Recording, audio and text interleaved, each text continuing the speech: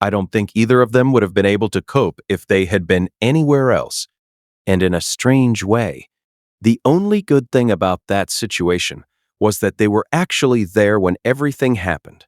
At the same time, the British royal family is now facing one of the most shocking and serious scandals it has seen in decades. And what makes it even more surprising is that it involves Princess Anne taking a bold and completely unexpected legal step that no one saw coming. At the center of all this drama is Queen Camilla's son, Tom Parker Bowles, who is being accused of using the private grounds of Balmoral Castle for a commercial project without any official permission, something that has clearly angered Princess Anne and pushed her toward taking legal action. What started as a case of unauthorized use of royal property quickly turned into something much bigger, exposing what looks like years of unchecked privilege and hidden tensions within the palace, making people wonder how this could have gone unnoticed for so long. The situation raises some serious questions, especially about what this secret project really was, and how Queen Camilla reacted when her own son became the focus of such a damaging controversy. From what has been revealed so far, it seems that Tom carefully planned a commercial filming project at Balmoral Castle, acting as if he had full authority to use the location, even though he had never received any official approval from the royal family.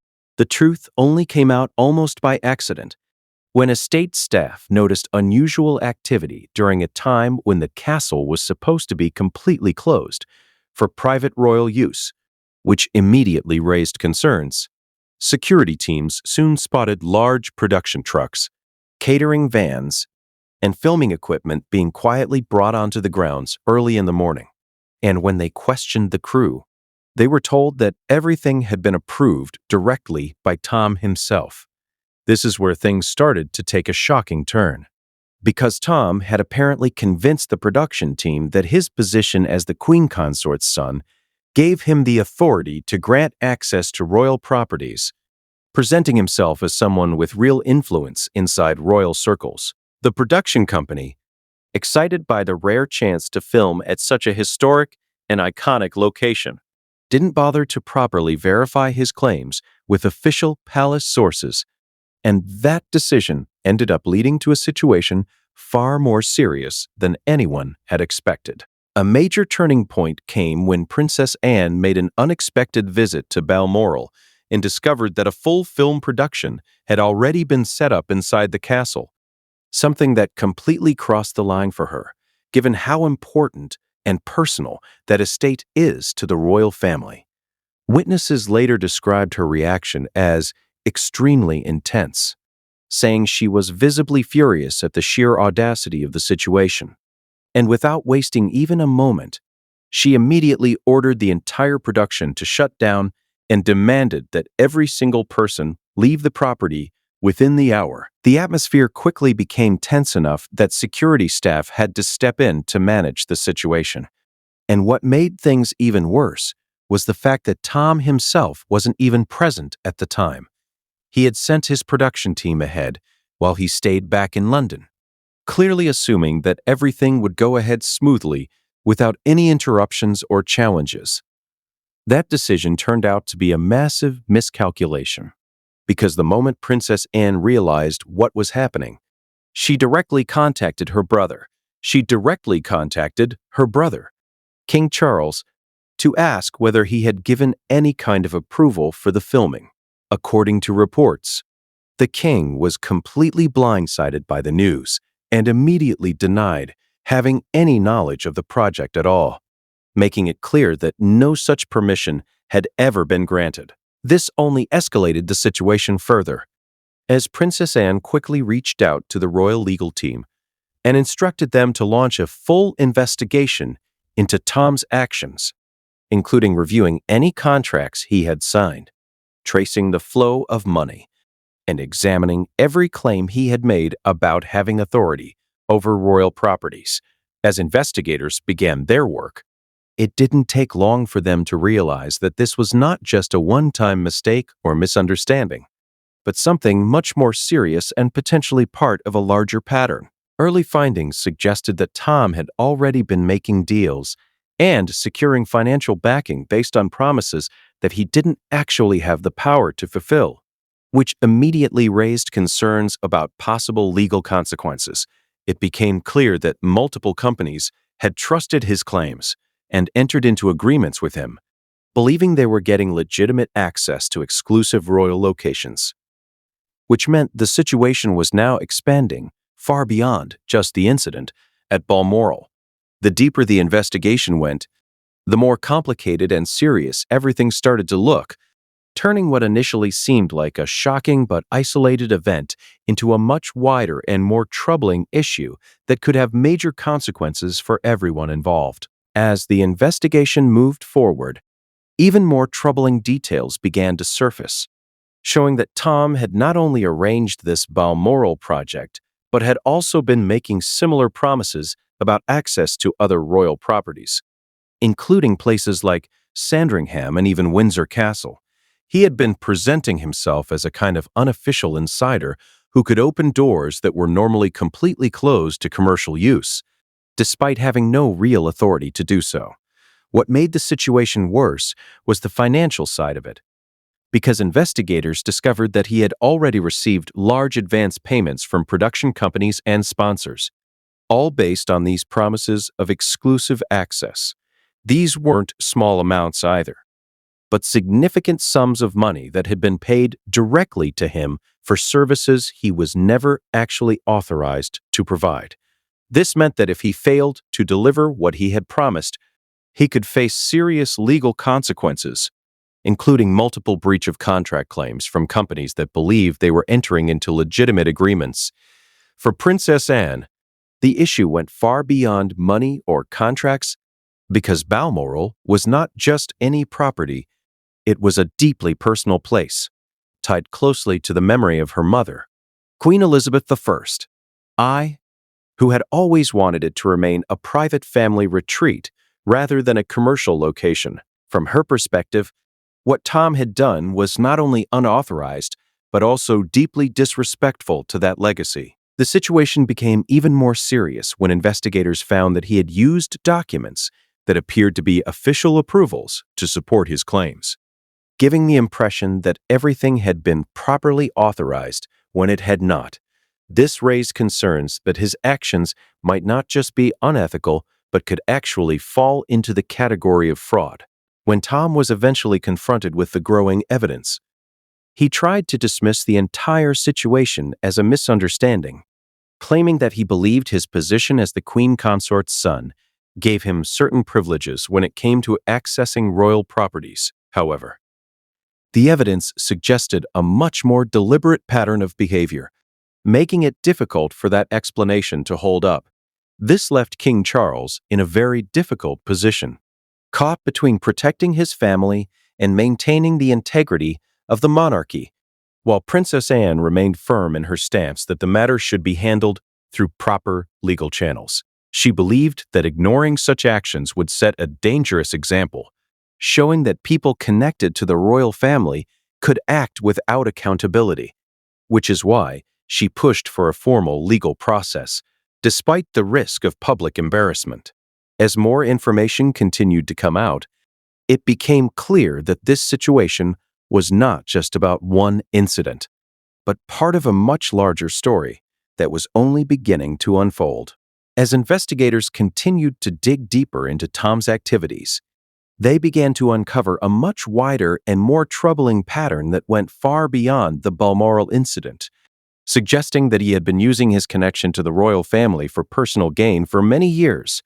It appeared that he had been casually dropping his mother's royal title in business dealings, using that association to open doors and secure opportunities that he might not have been able to access on his own. In many cases, people were not just dealing with a food critic, but with someone who was closely connected to the Queen Consort, and that alone created a powerful influence.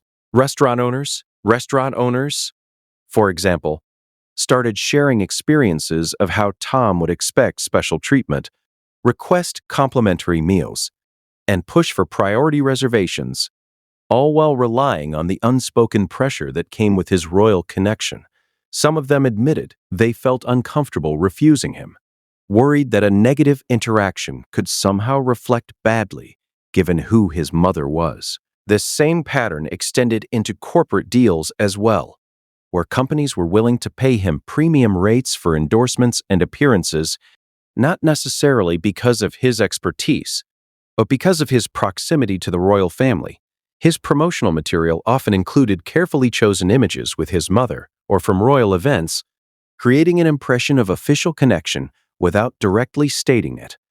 Publishing deals for his cookbooks were also influenced by this image, with contracts reportedly highlighting his royal ties as part of the value, leading to financial terms that were much higher than what someone with a similar professional background might normally receive.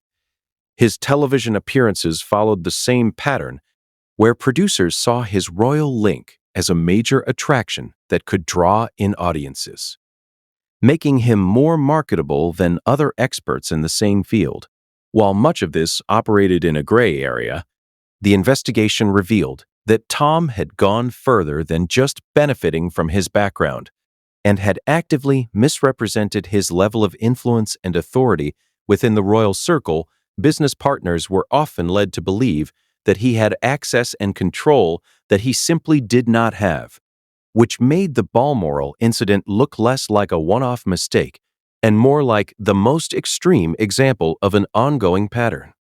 Event organizers also came forward, saying they had paid unusually high fees for his appearances, driven largely by the perception of his royal connection rather than his actual professional value. One of the most concerning discoveries was that he had even used official-looking communication formats in some cases, which gave the impression that his business activities had some form of royal approval. His social media presence further blurred the line, as he regularly shared content that mixed his personal work with his royal association, making it difficult to separate the two staff members from royal residences. Also described behavior that they found inappropriate, saying he sometimes acted with a level of authority and entitlement that did not match his actual position. All of this painted a picture that deeply frustrated Princess Anne, who strongly believed in responsibility and duty and saw his actions as a misuse of privilege without any respect for the institution. To her, this was not just about one incident, but about a long-standing pattern that needed to be addressed properly. As the investigation continued to expand, it became clear that Tom's actions were not limited to business deals alone, but also extended into how he used his royal connections in everyday professional life in a way that raised even more serious concerns. He had reportedly been leveraging his mother's position to gain advantages in situations where others in his field would not normally have the same opportunities, which created a consistent pattern of privilege being used as a tool for personal gain.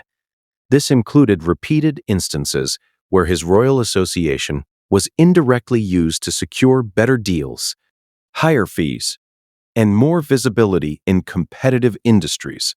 Many of these arrangements were structured in a way that kept things technically unofficial, but the influence behind them was obvious to those involved.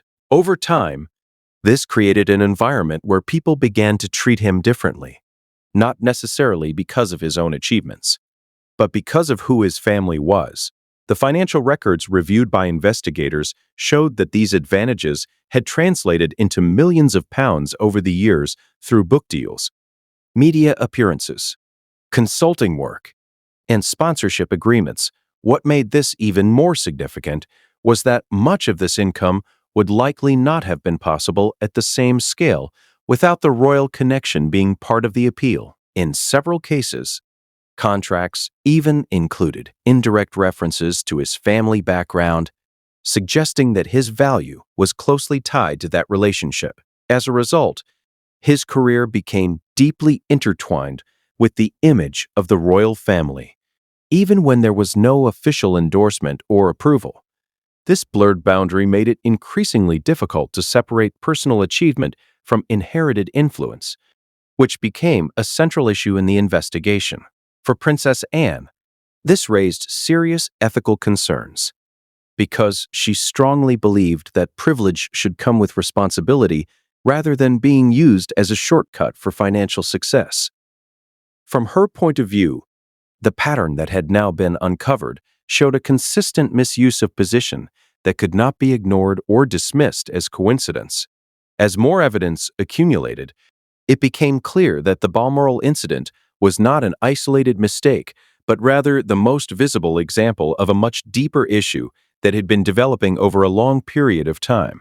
As the investigation went even further, the most damaging part of the entire case began to emerge, showing that Tom's conduct was not just about influence or indirect advantage, but in some situations involved clear misrepresentation of authority that went far beyond acceptable boundaries.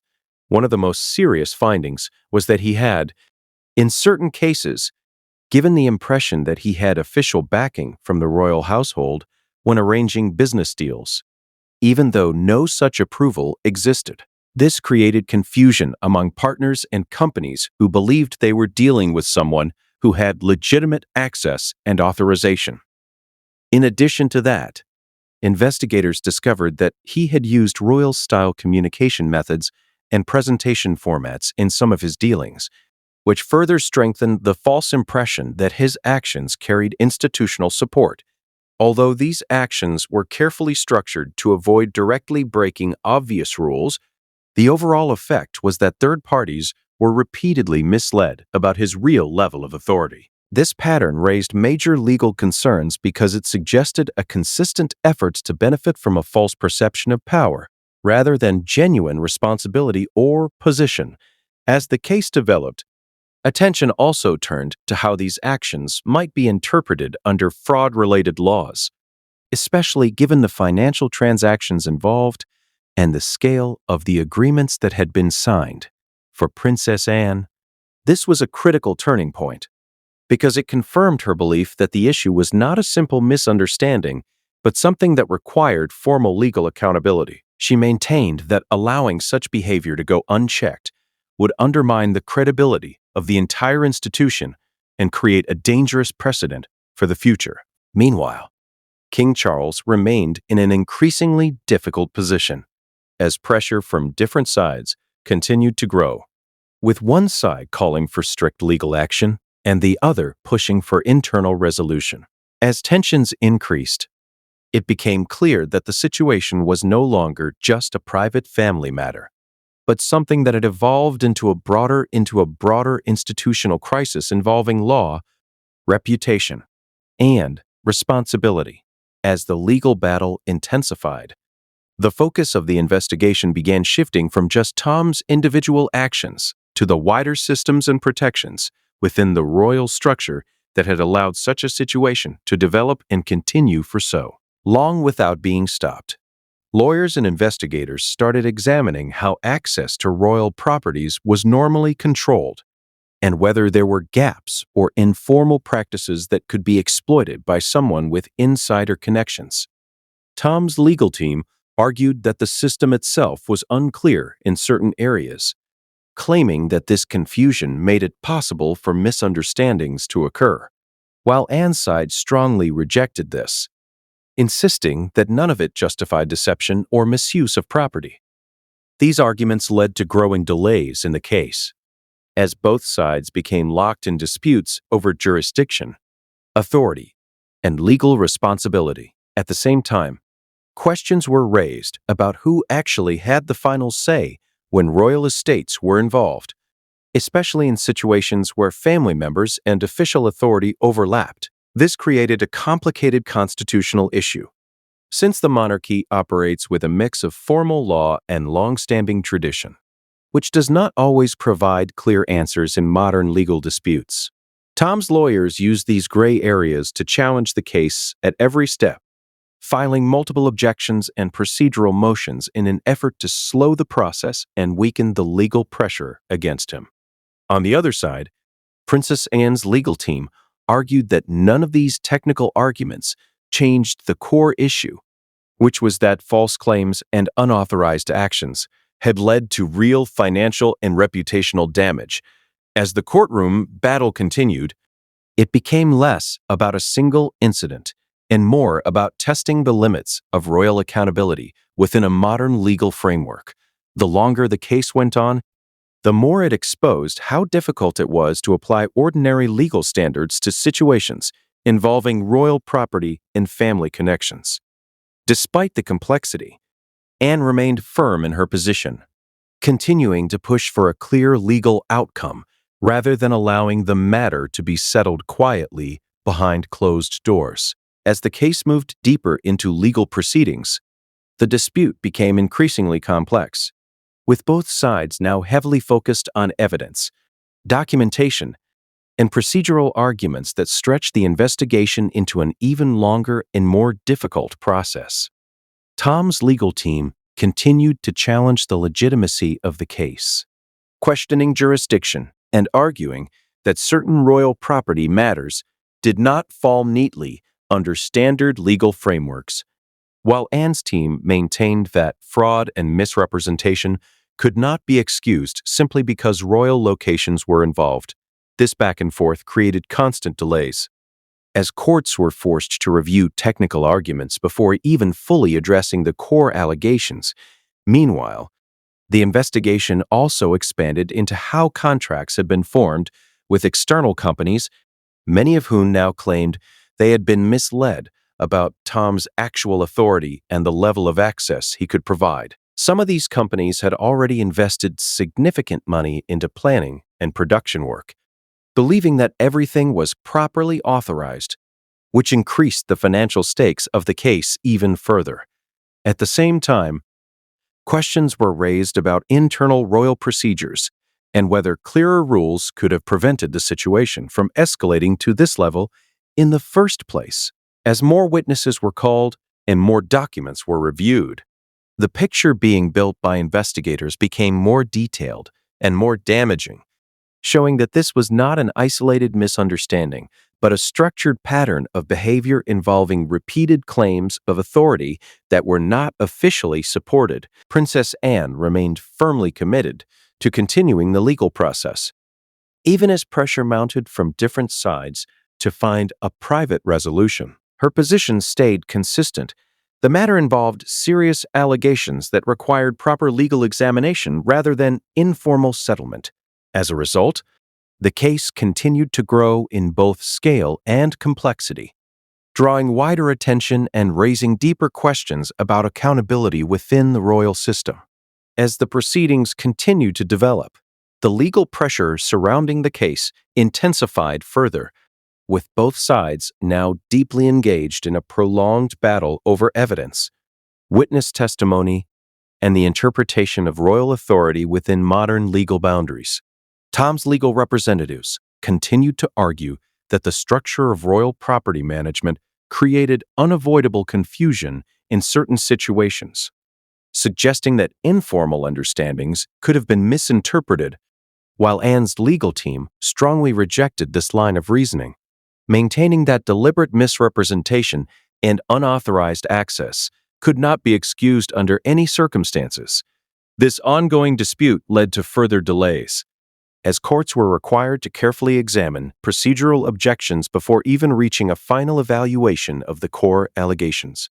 At the same time, attention also shifted to the broader impact of the case on external organizations that had entered agreements based on Tom's claims, many of whom were now facing financial uncertainty after discovering that the permissions they relied on were not officially valid.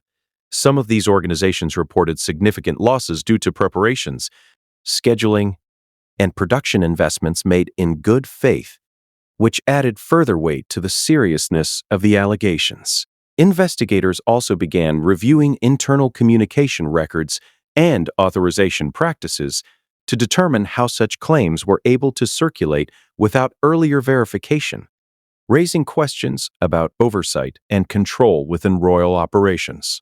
As more details were uncovered, the overall pattern became clearer, showing repeated instances where authority had been implied or presented in ways that were not formally supported by the institution.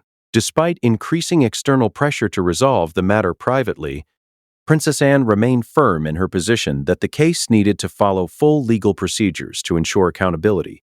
She continued to push for transparency and formal judgment, believing that any attempt to quietly settle the issue would undermine the seriousness of the situation. As a result, the case progressed further into a complex legal confrontation that extended well beyond a simple family dispute and increasingly reflected broader concerns about responsibility, privilege, and institutional integrity. As the case reached its most critical stage, the entire situation had evolved into a full-scale legal and institutional crisis, with investigations, court arguments, and internal royal tensions all converging at the same time. What began as a dispute over unauthorized use of Balmoral had now expanded into a much larger examination of authority, accountability, and how royal connections were being used in external business dealings. Tom's legal team continued to push hard on procedural defenses, arguing that unclear boundaries within royal property management made the situation open to interpretation. While Anne's side insisted that the evidence clearly showed repeated misrepresentation and financial arrangements based on false claims of authority, court discussions became increasingly focused on documentation, contracts, and the legitimacy of permissions that had been presented to third parties, many of whom were now facing serious financial losses after discovering that the access they believed they had secured was not officially valid. This added a new layer of pressure to the case, as the financial and reputational impact extended beyond the royal family itself and into multiple external organizations. At the same time, the investigation highlighted deeper structural issues, including how internal communication and oversight within royal operations may have allowed such misunderstandings or misrepresentations to continue unchecked for so long.